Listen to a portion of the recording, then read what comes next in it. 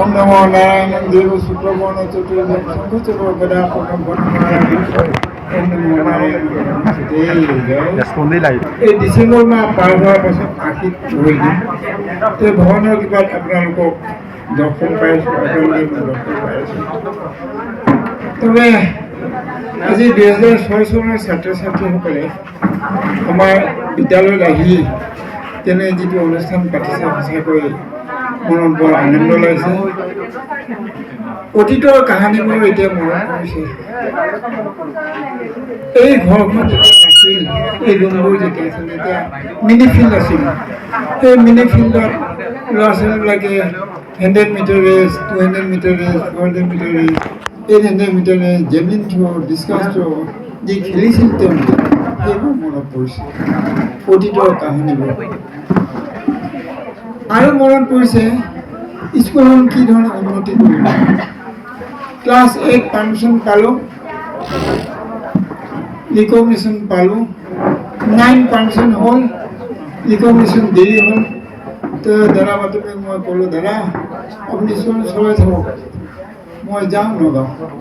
তো নগাঁৱত গৈ ক্লাছ 9 পাৰ ৰিকগনিশ্যন আহিলোঁ ইনস্পেক্টৰক কৈ মিলি 10 পাৰ্মিশ্যন হ'ল 10 ৰিকগনিশ্যন হ'ল প্ৰভিঞ্চিয়েলাইজ হোৱাৰ আকৌ দেৰি হৈছে তাৰপিছত ডিউটি অফিচক গ'লোঁ দাদাৰ লগত আলোচনা দাদা আপুনি স্কুল চলাওক মই গৈ আছোঁ সেই সময়ত আমাৰ দৰমহা কিমান আছিল জানেনে অলকা আৰু মোহিনীয়ে গম পায় মাত্ৰ 200 টকা 200 টকাৰ কিমান খাদ্য বহুত শিক্ষক আছিল আমাৰ স্কুলত চব গুচি গ'ল গতিকে সুধিব 37 বছৰ এই স্কুলখনৰ চাকৰি কৰিছিলোঁ এই 37 বছৰৰ ভিতৰতে 15 বছৰ ভেঞ্চাৰ পৰ্যায়ত খাটিছিলোঁ এই স্কুলখনত আমাৰ বহুত অৱদান আছে যিসকল পুৰণা শিক্ষক আছে তাৰপাছত স্কুল প্ৰভিঞ্চিয়েলাইজ হ'ল 87 প্ৰভিঞ্চিয়েলাইজ হোৱাৰ পাছতো দৰমহা নাই কি দৰমহা নাই তেতিয়া চৰকাৰ আছিল যে আপুনি আজি বোলে ৰিটেনশ্যন নাই এই নহয় গ'ল নেক্সট মাহ আহিল কোনো ৰকম থাকিলোঁ বাজেট নাই গ'ল তাৰপিছত নেক্সট মাহত পাম বুলি ভাবিলোঁ LOC নাই এইবোৰ কাণ্ড আমি কিমান কষ্ট কৰিছিলোঁ সেই সময়ত শিক্ষকসকলে কিমান চেক্ৰিফাইচ কৰিছিলোঁ আজি 3-4জন শিক্ষক আছে আমি যে কিমান কষ্ট কৰিছোঁ সেই সময়ত আমিহে উপলব্ধি কৰিছোঁ যেই নহওক আজি তোমালোকে আহি আমাৰ মাজত অনুষ্ঠানটি পাতি যি আনন্দ যি অনুষ্ঠানটি চেষ্টা কৰিলা তাৰ বাবে অশেষ ধন্যবাদ আমাৰ অন্তৰকো আনন্দ লাগিছে তে মোৰ ছাত্ৰ ছাত্ৰীসকল মোৰ একমাত্ৰ ক'বলগীয়া মানুহৰ প্ৰতি কেতিয়াও অন্যায় কৰিব নালাগে মানুহক টকা পইচাৰে সহায় কৰিব নোৱাৰিলেও মানুহক কেতিয়াও অন্যায় কৰিব নালাগে সেইটো ধৰ্ম মানি চলিলে ভগৱানে ভাল পায় মানৱ সেৱা কৰিলে ভগৱানে ভাল পায় আজি জুবিন গাৰ্গক কিহৰ কাৰণে মানুহে ভাল পাই আছে সমগ্ৰ অসমৰ মানুহে আমি আজি একে উৎসাহিত হৈছোঁ ইয়াৰ সুবিচাৰ লাগে কেৱল অসমৰ নহয় সমগ্ৰ ভাৰতবৰ্ষৰ মানুহে কেৱল ভাৰতবৰ্ষই নহয় বিভিন্ন দেশ বিদেশৰ মানুহলৈকেও তেওঁ আত্মাৰ শান্তিৰ কাৰণে চেষ্টা কৰি মানে ভগৱানৰ ওচৰত প্ৰাৰ্থনা কৰিছে আমিও প্ৰাৰ্থনা কৰিছোঁ এতিয়াও প্ৰাৰ্থনা কৰিছোঁ কিহৰ কাৰণে ইমান প্ৰাৰ্থনা কৰিছে তেওঁ এই সংসাৰ 4টা জীৱ সৃষ্টি কৰিছে ভগৱানে উৰণ বুৰণ গজন ভ্ৰমণ নিজৰ কৰ্ম অনুযায়ী মানুহবিলাক সেইফালে গৈছে এই 4টা জীৱৰ ভিতৰত শ্ৰেষ্ঠ কোন মানৱ জাতি গতিকে মানৱ জাতি হৈ আমি কেতিয়াও বেয়া কাম কৰিব নালাগে লোকৰ অন্যায় কাম কৰিব নালাগে লোকক অশ্লীল ভাষা কেতিয়াও ক'ব নালাগে সদায় সৎ পথেৰে নিজৰ জীৱনটো আগুৱাই যাবৰ কাৰণে চেষ্টা কৰিব এইটো হ'ল মোৰ অনুৰোধ মোৰ ছাত্ৰ ছাত্ৰীসকল বহুত ল'ৰা ছোৱালী আমাৰ স্কুলৰ পৰা মানুহ হৈ গ'ল ভাল লাগিছে খুব ভাল লাগিছে কিছুমান ডক্টৰ হ'ল কিছুমান ইঞ্জিনিয়াৰ হ'ল কিছুমান প্ৰফেচাৰ হ'ল কিছুমান শিক্ষক হ'ল হেডমাষ্টাৰ হ'ল তাৰপিছত ফৰেইনটো চাকৰি কৰি ধ্ৰুৱজ্যোতি কলিতা বাপেকেইটাখন আহিছিল সন্ধিয়া সিং ছাৰ আছেনে আছোঁ কি হ'ল মইতো চিনি নাপাওঁ কওকচোন কোন আপুনি ধ্ৰুৱজ্যোতি কলিতাৰ দেউতা আপোনাৰ সন্তান যে বা মোৰ সন্তান বুলি যেতিয়া সম্বোধন কৰিছে ইমান ভাল লাগিছে কি হ'ল কওকচোন আপোনাৰ প্ৰব্লেম কি যে তেওঁ এতিয়া আমেৰিকাত আছে ছাৰ তেওঁ চাৰ্টিফিকেট লাগে সেই সময়ত চাৰ্টিফিকেটবোৰ 4-5 বছৰ মূৰত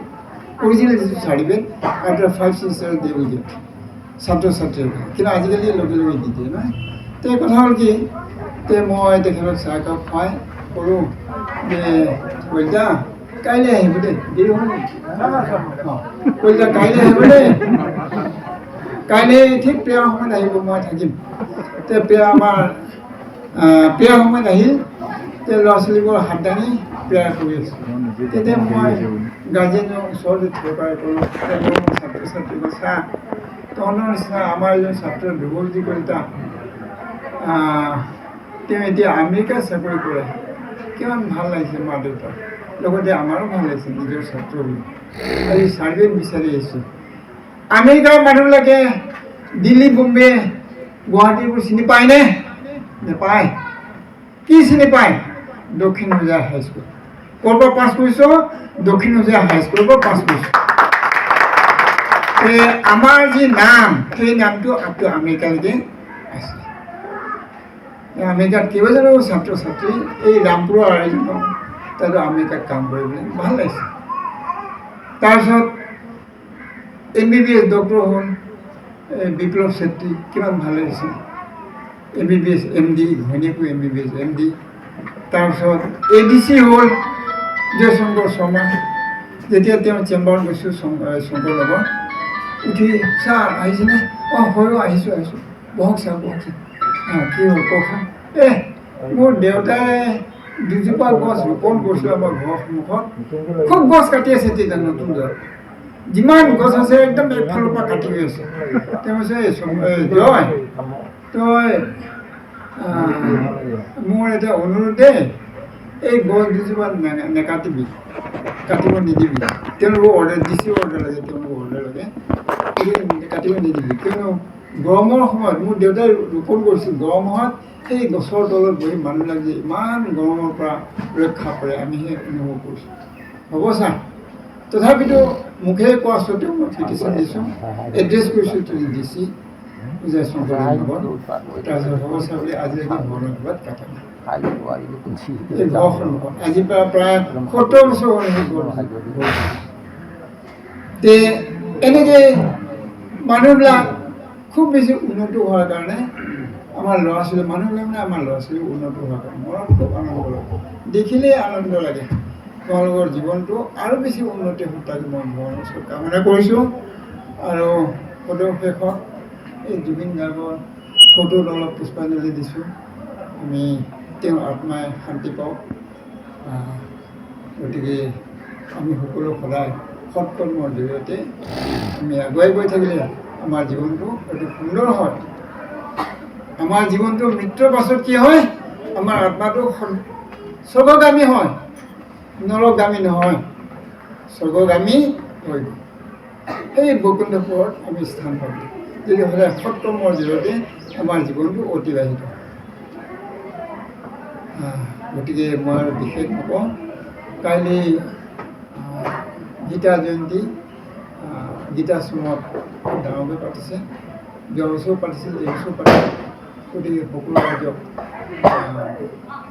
বিশ্বহিন্দু পৰিষদৰ হ'ল মই এজন মেম্বাৰ বিশ্বহিন্দু পৰিষদৰ মই ৰাইজক জনাইছোঁ গীতা জয়ন্তী আহিব ৰাইজ সকলো ৰাইজ শিক্ষক শিক্ষয়িত্ৰী সকলোকে মই জনাইছোঁ এই গীতা জয়ন্তীৰ বিষয়ে অকণমান ক'ব ইচ্ছা দেৰি হ'ব নেকি কৃষ্ণ কোন কৃষ্ণ কোন ভগৱান শ্ৰীকৃষ্ণ বিষ্ণু ভগৱানৰ পৰম ব্ৰহ্ম অৱতাৰ ভগৱান নাৰায়ণৰ মই যে ষ্টক যে ক'লোঁ বিষ্ণু ভগৱানৰ পৰম ব্ৰহ্ম অৱতাৰ তেওঁ যিটো 10টা অৱতাৰ আছে তাৰ ভিতৰত শ্ৰেষ্ঠ অৱতাৰ হৈছে ভগৱান শ্ৰীকৃষ্ণ সেইকাৰণে সৰু কালতেই তেওঁ এই পুতনা ৰাক্ষসীক মাৰি পেলাইছে যেতিয়া তাৰপাছত অলপ ডাঙৰ হোৱাৰ পাছত এই কালিনাগ দমন কৰিছিল যিটো মানুহে নোৱাৰে যিটো কোনো দেৱ দেৱতাই নোৱাৰে কালিনাগ দমন কৰিছিল তাৰপিছত গোবৰ্ধন পাহাৰ উঠাইছিল আঙুলে তাকো কিয় আঙুলে হাতে এনেকৈ ন কিয় তাৰপিছত কংস বধ কৰিছিল বিনা অস্ত্ৰ তেওঁ যুদ্ধ কৰাই অৰ্জুনক কৰবংশক ধ্বংস কৰাইছিল গতিকে সেই শ্ৰীকৃষ্ণৰ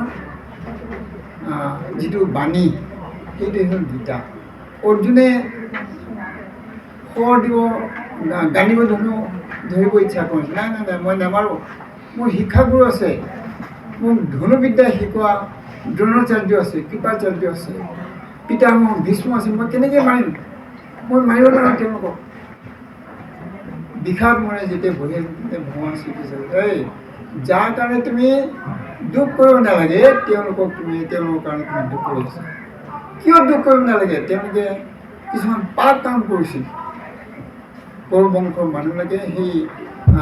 গুৰুসকলে কোৱা নাই কিন্তু কৰবংশৰ মানুহে কিছুমান পাপ কাম কৰিছিল যেনে দ্ৰৌপদী হৰক ভীমক বিষ লাড়ু দি কিনে তেওঁ মাৰিবৰ কাৰণে চেষ্টা কৰিছিল তেওঁ মনত আছেনে অৰ্জুন তাৰপিছত জাতু গৃহ ৰাখি তোমালোকক মাৰিবৰ কাৰণে চেষ্টা কৰিছিল মই ৰক্ষা কৰিছোঁ তোমাৰ মনত আছেনে অৰ্জুন গতিকে দ্ৰৌপদীক বস্ত্ৰহৰণ কৰিবৰ কাৰণে চেষ্টা কৰিছিল তোমাৰ মনত আছেনে কোনে বচাইছে মইহে বচাইছোঁ গতিকে তেওঁলোকক মাৰিলে একো পাপ নাই তেওঁলোকক মাৰিবই লাগিব সেইকাৰণে এই বেয়া কামবোৰ একেবাৰে কৰিব নালাগে জীৱনত বেয়া যিমান কাম আছে একেবাৰে কৰিব নালাগে তেতিয়াহ'লে মানৱ জীৱনৰ মানে সাৰ্থক হয় মানৱ হিচাপে এই সম্পদ আমাৰ সাৰ্থক মই বিশেষ বহলাই নকওঁ গতিকে সকলো ৰাইজক আন্তৰিক শ্ৰদ্ধা জ্ঞাপন কৰি আৰু যিসকল ছাত্ৰ ছাত্ৰীসকলে 2006 চনৰ ছাত্ৰ ছাত্ৰীসকলে আজি যে এই অনুষ্ঠান আনন্দ উপভোগ কৰিলে তেওঁলোকৰ ভৱিষ্যত জীৱন কামনা কৰি মই বক্তব্য ইমানতে সামৰিছোঁ ধন্যবাদ আৰু এটা কথা ক'বলৈ থাকিল most punctual teacher most obedient teacher among all of us he is the that person who is sitting among us that is Deepak Sharma inspector Pegu ছাৰে কৈছিল যে চাহসকলৰ মাজত মই বহি আছোঁ দেই ঋষি মিনিষীসকলৰ ওচৰত মই বহি আছোঁ নাৰায়ণ চন্দ্ৰ পেগু 2003 চনৰ কথা মই যেতিয়া জাষ্ট হেডমাষ্টাৰ চাৰ্জ লৈছোঁ তেওঁ কৈছে যে স্কুলখনৰ উন্নতি আপোনালোকৰ ওপৰত ডিপেণ্ড কৰে সমগ্ৰ নগাঁও জিলা তেতিয়া হুজাইটি জিলা হোৱা নাছিল সমগ্ৰ নগাঁও জিলাৰ শিক্ষক মুৰব্বীসকলক মাতি তাত তেওঁ ভাষণ দিছে যে স্কুলখনৰ উন্নতি আপোনালোকৰ ওপৰত নিৰ্ভৰ কৰিছে গতিকে আপোনালোকে কোচিং ক্লাছ কৰক মই দীপকৰ লগত লিংক লগাই কথাটো কৈছোঁ কোচিং ক্লাছ কৰক এই বুলি কোৱাত ৰাতিপুৱা আগতেতো 9টা বজাত গৈ 9:30 বজাত স্কুললৈ যাওঁ তেতিয়া সেই সময়ত কি কৰিলোঁ তেওঁ উপদেশ মানি ৰাতিপুৱা 5টা বজাতে উঠি 8টা 8:30টাৰ ভিতৰতে স্কুললৈ আহি কোচিং ক্লাছ আৰম্ভ কৰিলোঁ আৰু শিক্ষকৰ ষ্টাফ মিটিং পাতি সকলোকে গম পায় ষ্টাফ মিটিং পাতি মই ৰাইজক কৈছোঁ যে আমাৰ ইন্সপেক্টৰ ছাৰে ছাত্ৰ ছাত্ৰীসকলৰ উন্নতিৰ কাৰণে এই কোচিং ক্লাছ কৰিব সেই কোচিং ক্লাছ কৰিব সেই কোচিং ক্লাছৰ কৰাৰ ভিতৰত মানে অলপ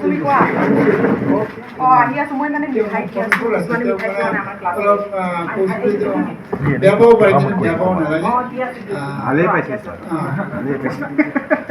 এই কোচিং ক্লাছ কৰাটো ইমান ভাল আছিল কোচিং ক্লাছ কৰাৰ কাৰণে হোজাই চহৰৰ ভিতৰত ফাৰ্ষ্ট ডিষ্টিংশ্যন আমাৰ স্কুলে আনিছে আৰু বিপ্লৱ চেত্ৰী তাৰপিছত নমথন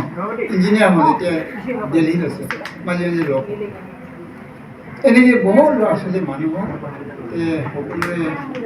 জীৱনটো আৰু বেছি উন্নতি কৰক একমাত্ৰ মোৰ ক'বলগীয়া মানুহক অন্যায় কেতিয়াও কৰিব লাগে এইখিনি কৈ মোৰ বক্তব্য সামৰিছোঁ ধন্যবাদ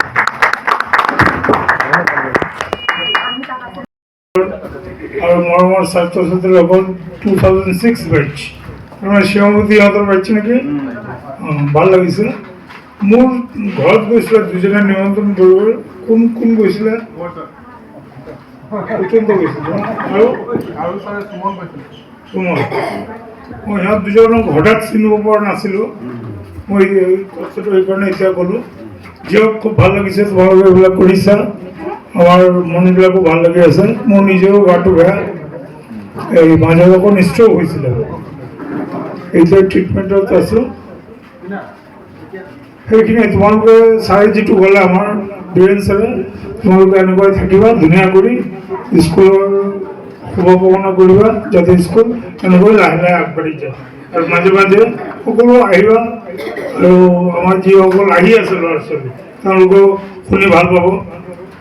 গম পাইছেনে? অঁ হয় হয়, এইটো খেয়াল ৰাখিব বুজিছা। এইখিনি মই ক'লোঁ। শিক্ষাগুৰুক আপোনাৰ আহ্বান জনাইছোঁ, এইবোৰে দেখা কয়। অতি স্নেহৰ শ্ৰদ্ধাৰ অৱসৰপ্ৰাপ্ত আমাৰ শিক্ষাগুৰুসকল আৰু বৰ্তমানে কৰ্মৰত অৱস্থাত থকা শিক্ষক শিক্ষয়িত্ৰী, লগতে ছাত্ৰ ছাত্ৰী আৰু দশম শ্ৰেণীত 2006 বৰ্ষত উত্তীৰ্ণ হৈ যোৱা ছাত্ৰ ছাত্ৰীসকলে আয়োজন কৰা আয়োজক এই দশম শ্ৰেণীৰ ছাত্ৰ ছাত্ৰী, মই এই চেগতে মই দীঘলীয়া নকৰোঁ, কাৰণ সময়ে আমাক কেতিয়াও মানে বাদ নাচায়। এই কথাটো মই চমুকৈ দুটামান বাক্যত আশীৰ্বাদ স্বৰূপে মই ক'বলৈ ওলাইছোঁ। নকৈ মানে মোৰ মনটোৱে মানা নাই, উগুল থুগুল লাগি আছে মনটোৱে, যে মই কি উদ্দেশ্যত আহিলোঁ আজি। কেৱল দৰ্শক হৈ আহিবলৈ মোৰ মনটোৱে কোৱা নাই, আশীৰ্বাদ দিবলৈ মই যাব লাগিব। কাৰণ আমাৰ সন্তান, তোমালোকেই মোৰ সন্তান। কাৰণ আমি আমাৰ সেই জীৱনৰ শিশুকালৰ যিটো আমাৰ জীৱন অতিবাহিত কৰিছোঁ, তেনেকুৱা ধৰণেই তোমালোকেও আজি দশম শ্ৰেণী পাছ কৰি নিজৰ নিজৰ জীৱনৰ গতিয়েই এনেকুৱা ঢাপলি মেলিছে যে এটা কৰ্মৰত অৱস্থাত তোমালোকে যি বিভাগতেই নকৰক, যি কামকেই নকৰক, আগবাঢ়ি গৈ আজি এই ষ্টেজত তোমালোকে খাৰা হ'লা। গতিকে তোমালোকক আমি আমাৰ শক্তিয়ে, আমাৰ বুদ্ধিয়ে, আমাৰ জ্ঞানে যিখিনি আমি তোমালোকক চৰ্চা কৰিলোঁ, জ্ঞান বুলি আমি যিখিনি প্ৰদান কৰিলোঁ, সেইখিনি যেন কামত লগাৰ নিচিনা মোৰ অন্তৰে কৈ আছে। সেই আশীৰ্বাদ চিৰদিন তোমালোকে জীয়াই থকালৈকে সেই আশীৰ্বাদ স্বৰূপে তোমালোকে দোপক দোপে উন্নতি কৰি যোৱা, ইয়াকে মই আশীৰ্বাদ স্বৰূপে চবকে এই দশম শ্ৰেণী 2006 বৰ্ষৰ ছাত্ৰীসকলৰ যোগে মোৰ অন্তৰৰ ফালৰ পৰা মই আশীৰ্বাদ। আৰু মোৰ জীৱনত ঘাত প্ৰতিঘাত, মই জীৱনত বহুত ঘাত প্ৰতিঘাত মাজতে এইখন বিদ্যালয়ত আহিছোঁ। তাক চমুকৈ এটা মানে বিৱৰণ দিব বিচাৰিছোঁ। আমাৰ সেই সময়ত দক্ষিণ হোজাই বুলি নাছিলে, একমাত্ৰ আব্দুল আছিফ হাইস্কুলখনেই আছিলে এই অঞ্চলত। কেৱল হোজাই বুলি নহয়, লংকা টু যোগীজান এই আব্দুল আছিফ হাইস্কুলখন অসমীয়া মাধ্যমৰ স্কুল, তাতে আমি শিক্ষা লাভ কৰিছিলোঁ। আৰু সেইখনত বৰ্ডিং ঘৰ এটা আছিলে, দূৰ দূৰণিৰ যিবিলাক ল'ৰা ছোৱালী ছাত্ৰ ছাত্ৰী আব্দুল হাছিফৰ সেই বৰ্ডিং ঘৰত থাকিছিলে ফ্ৰী অফ কষ্ট, তাত কোনো টকা লোৱা নাছিলে। আজিকালিহে কয় যে এইটো হোষ্টেল, এইটো PG, কিন্তু তেতিয়া তেনেকুৱা নহয়। একোটা জুপুৰি ঘৰ আছিলে স্কুলৰ ছাইডত। তেনেকুৱা স্কুলখনত আব্দুল হাছিফ হয় পুৰণা স্কুল, হোজাই অঞ্চলৰ অসমীয়া মাধ্যমৰ, আমি তাত শিক্ষা লাভ কৰিছোঁ। তাৰপিছত গৈ আমি বিভিন্ন আশীৰ্বাদেৰে ছাৰসকলক, যেনেকৈ তোমালোকে আজি পিটনি খাইছিল বুলি কোৱা, এনেকৈ যে আমি অভিশাপো মানে ধৰি লওক গালি পালি দিয়া, কিছুমান ছাত্ৰই ভাবি লয় যে এইটোৱে মানে আমাৰ অভিশাপ নেকি, নহয়, এই আশীৰ্বাদ। বেছিভাগ মানুহ আৱেগিত হ'লে আশীৰ্বাদৰ মাজতেই এই অভিশাপৰ নিচিনা শব্দবিলাক ওলাই থাকে কৰ্কট ভাষাত। গতিকে এইবিলাক কেতিয়াও ভাবিব নালাগে যে শিকনি হ'বলৈ হ'লে এছাৰি আগতে শিকনি বুলি কয়। গতিকে ল'ৰা ছোৱালীক শিক্ষা দিবলৈ হ'লে নিজৰ ল'ৰা ছোৱালীয়ে হওক, স্কুলৰ ছাত্ৰ ছাত্ৰী হওক, এইবিলাকে আমাৰ সন্তান, এই সন্তানক আমি ডাঙৰ দীঘল কৰিবলৈ, শিক্ষা দিবলৈ, উন্নতিৰ ৰূপত লৈ যাবলৈ হ'লে আমি তাক মানে যিকোনো প্ৰকাৰে হ'লেও তাক আমি হেৰি কৰিব লাগিব, তাক আমি ঘাত প্ৰতিঘাত অতিক্ৰম কৰিবৰ কাৰণে আমি তাক হেৰি কৰিব লাগিব। এইখিনি ভয় দেখুৱাব লাগিব। গতিকে এইখিনি যাতে অন্তৰত ভাবি নাথাকে, মই অন্তৰৰ পৰা খুলি ক'লোঁ কথাবিলাক, আৰু সেইকাৰণে আশীৰ্বাদ স্বৰূপে তোমালোকে তোমালোকৰ জীৱনত দীপক দীপে উন্নতি কৰি যোৱা। আৰু ভগৱানক কিন্তু কেতিয়াও অবিশ্বাস নকৰিবা। ভগৱান আছে। কিছুমানে কয় যে ভগৱান নাই, ভগৱান অবিহনে আমি জীয়াই আছোঁ, সেইটো কথা নহয়। আমাৰ আত্মাত থকা যিটো আত্মা বুলি কয়, সেই আত্মাটো পৰমাত্মাৰ এটা মানে ভাল সম্বন্ধ, তাৰ এটা নাতিপুতি আমি। গতিকে ভগৱানে বিশ্বাস কৰিবা, মানুহক সদায় সৎ পথেৰে চলি যাবলৈ চেষ্টা কৰিবা, নিজেও যাতে দুখী হ'ব নোৱাৰে তাৰ কাৰণে অন্তৰ সদায় বুজাইহে চলিবা। ইয়াকে কৈ মই পুনৰ তোমালোকক জীৱনক দীপক দীপে উন্নতি কৰিবৰ কাৰণে আশীৰ্বাদ দি মই মোৰ ভাষণ দিছোঁ। ইমানতে সামৰণি মাৰিলোঁ। ধন্যবাদ।